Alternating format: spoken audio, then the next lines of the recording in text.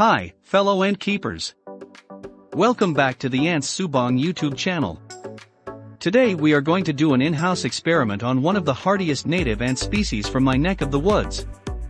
Before I explain this experiment, let me describe a little about this ant species. It is the sugar ant, Camponotus albosparsus, a common medium-sized Camponotus genus endemic to Southeast and Northeast Asia. They are as common as the Camponotus herculeanus from Europe and the Camponotus pennsylvanicus from the US. It is one of the friendliest Camponotus species for beginners as it doesn't require high maintenance, such as a special diet, nest setup, temperature monitoring, or need any hibernation. They can live in high to low elevations in the wild and can grow to tens of thousands of individuals. Although they are a scavenger species, they can take down small insect prey with their sheer numbers. They can be found throughout the urban and rural areas, in particular in gardens, parks, or at roadside curbs. Their colony growth is extremely fast, especially with the egg-to-worker cycle taking only 30 or fewer days.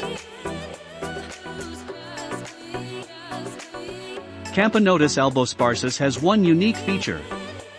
The two white spots on their gasters act as a defense mechanism to confuse or even scare away predators by mimicking a set of eyes by raising their gasters.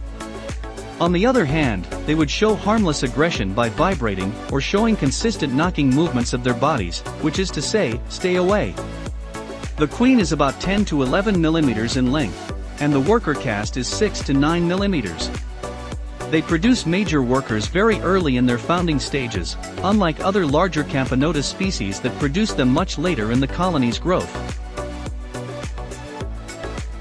In case you didn't notice, I did not feature this species in my big colony update in my previous upload, just so that I could show you guys a better understanding of this species in this video. So to speak, more up close and personal. So let me explain what the experiments I am about to do here are. By now, you might have noticed that this Camponotus albosparsus colony is missing a queen. If you did, that's a keen sight you got there. I purposely removed the brooding queen from this colony, and have left them queenless for more than a week now. So the experiment here is to answer a few questions about the Camponotus genus, specifically the albosparsus. The first question will be, is it possible to introduce a fertile queen and an unfertile queen alate to a queenless colony simultaneously? Secondly, will the queen alate survive without being ripped apart by the workers? And finally, is it possible to add more than one fertile queen to the colony? All these questions will be useful if you are contemplating replacing a dead queen and are wondering if it will work. In most cases, if a colony with only one queen ant were to perish, the colony would most likely face a slow death. The workers may not be able to accept another new queen. This is the most common outcome, but we will see from the experiment that I am about to conduct. For the first experiment, I want to introduce a queen alate, most likely not fertilized since it has been more than a month since I kept her without any eggs visible. Also, having her wings still attached after this long can mean that she is unfertile.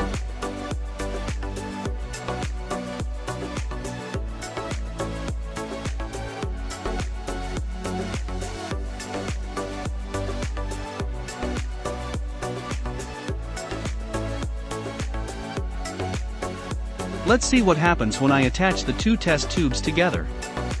The workers didn't waste any time exploring the new area, and it didn't take long for them to interact with the queen alate. Although she got spooked a little, there was no visible aggression towards one another. Within a few minutes, the queen alate was already merged with the colony, and although unfertilized, she was taken in as one of them. I wasn't really expecting this outcome, but it's good to know that they are willing to bring in a rogue queen alate into their midst. It is not shown here, but it took more than 15 minutes for the workers to convince her to go over to the other side, rather than the colony bringing over the broods. How fascinating, indeed. I can't wait for the next experiment. Let's move on. While having the new queen alate arrival in the colony now, I let them adjust to each other for a little while longer, just in case any strange outcome appeared. An hour had passed. Apparently, nothing happened, and I was quite disappointed. I know there have been many tricks, but introducing new queens to orphan colonies usually works in most cases. First one, isolation of the new queen within the orphan colony to adjust to the new queen's scent per se. Another method is to freeze the orphan colony and introduce the new queen while they are in a deep sleep. Their pheromone resets once they wake up, as though their queen was there all along. Well, this is what I got from the internet. Nonetheless, let us now introduce a fertile Albosparsus queen. She is only a few weeks into the founding stage. Without further delay, let us introduce her to the same colony. In our case, we take the direct approach. Let's see what will happen next.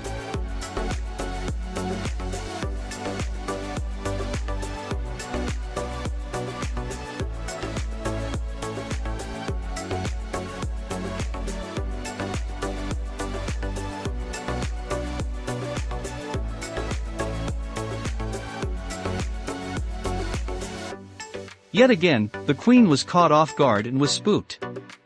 Immediately, a worker took one of the brood piles and disappeared from sight.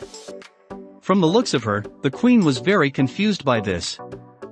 She didn't seem to know what to do while more workers started poking around. All of her musings were soon taken away from her.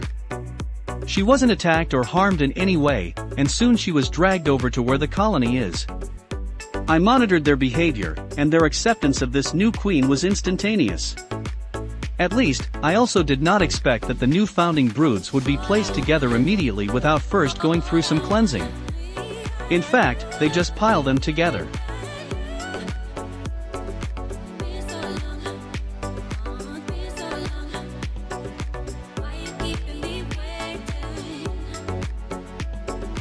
So right now, we have one fertilized queen and another unfertilized in a single colony not related in any way. Nothing out of the ordinary happened overnight either. I thought I would conclude this experiment, but the following day I thought of going an extra mile by introducing another fertile Albosparsus queen into the already packed colony. I bet this time, something will definitely happen. Perhaps aggression towards this new queen which I am about to introduce, since they already have one fertile queen. Let's hope this time we will see some action. That said, let's begin the third and final experiment. As you can see here, they took another fertile queen into their midst with welcome antennae. So what does this all mean? Not only is Camponotus albosparsus highly polygynous, they are also pleiometrotic, which means they are willing to adopt multiple fertile queens into the colony to rapidly produce a higher worker force. We all know that larger colonies tend to survive better. It is no wonder that Camponotus albosparsus is one of the most widely distributed species in this region and the most underrated due to its abundance. We now know why they are so prolific. As an ant keeper, once we get to understand the behavior of the ant better, it will give a whole new perspective on that species. I hope my 2 cents worth of experiments gave you some insight into this species, perhaps an idea or two. Speaking of understanding the species, shall we attempt the experiment on Camponotus auraventris for our next project? If anyone has more information about this experiment, do drop a comment below. I would like to hear from you.